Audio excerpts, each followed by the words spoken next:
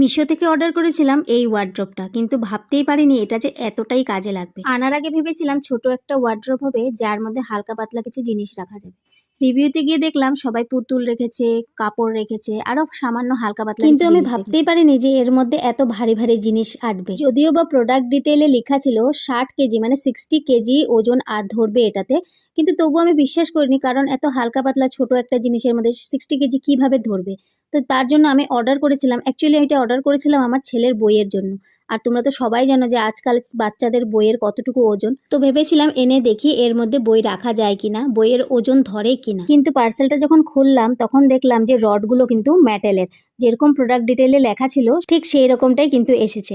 অনেক আগে একটা র্যাক আনিয়েছিলাম, তখন হয়তো দেখিনি ভালো করে রিভিউ স্টার কত আছে এগুলো না দেখে আনিয়েছিলাম, তার জন্য কিন্তু সেটা ভালো হয়নি। কিন্তু এটা যে এত ভালো হয়েছে আমি তোমাদের কি বলবো। আর নতুন একটা পার্সেল এসছে, আর আমি কি একা একা এটাকে সেট করতে পারবো? কখনোই না।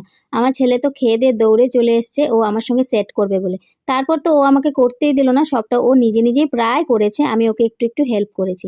তোমরা ভিডিওতে দেখতেই পারছো যে ওই সবকিছু কিন্তু করছে। ওই যে ইয়েলো কালারের কাগজটা দেখতে পাচ্ছ, ওটার মধ্যেই কিন্তু লেখা আছে যে কিভাবে সেট করতে হয়, কখন কি কোনটা ফিট করতে হয় সবকিছু। প্রথমে আমি আর ও মিলে কাগজটা ভালো করে পড়ে নিয়েছি, তারপর ও আর আমি মিলে কিন্তু একটা একটা সেলফ করে আমরা রেডি করছিলাম। দেখতে যতটা ইজি মনে হচ্ছিল ততটা ইজি কিন্তু ছিল না। আর প্রথম তো আমি উল্টো লাগিয়ে ফেলেছিলাম, পরে এটাকে আবার ঠিক করেছি। এই যে নাটগুলো দেখতে পাচ্ছি, এই নাটগুলোই বুঝে শুনে লাগাতে হয়, আর কিছুই না।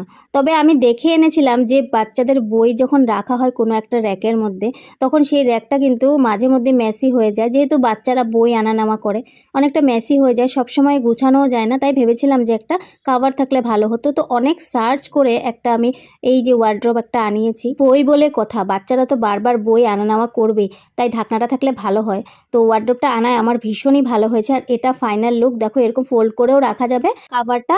আবার তোমার কাজ শেষ হয়ে গেলে সাইডে দুটো চেন আছে, সেই চেন দিয়ে তুমি কিন্তু আটকে রাখতে পারবে। আর এটার মধ্যে টোটাল র্যাক ছিল 7টা, মানে 6টা ভিতরে আর উপরে একটা রেখেছি পুতুল, তো টোটাল 7টা ছিল। আর সবচেয়ে বেশি ভালো লেগেছে আমার এই যে 3D প্রিন্টের কাভারটা, আর এই কাভারটাও কিন্তু ওয়াশেবল, এটা খুব সহজেই ধোয়া যাবে। লিঙ্কটা আমি কিন্তু কমেন্ট বক্সে দিয়ে দিলাম, তোমাদের যদি প্রয়োজন হয় তোমরা লিঙ্কে ক্লিক করবে, কন্টিনিউতে ক্লিক করবে, আর ডিরেক্টলি কিন্তু প্রোডাক্টে পৌঁছে যাবে। আর সেখান থেকে খুব ইজিলি তোমরা বাই করতে পারবে এই ওয়ার্ড্রপটা। পেজটাকে ফলো না করলে এখনই ফলো করে কমেন্ট করো এরকম আরো ভিডিও পাওয়ার জন্য।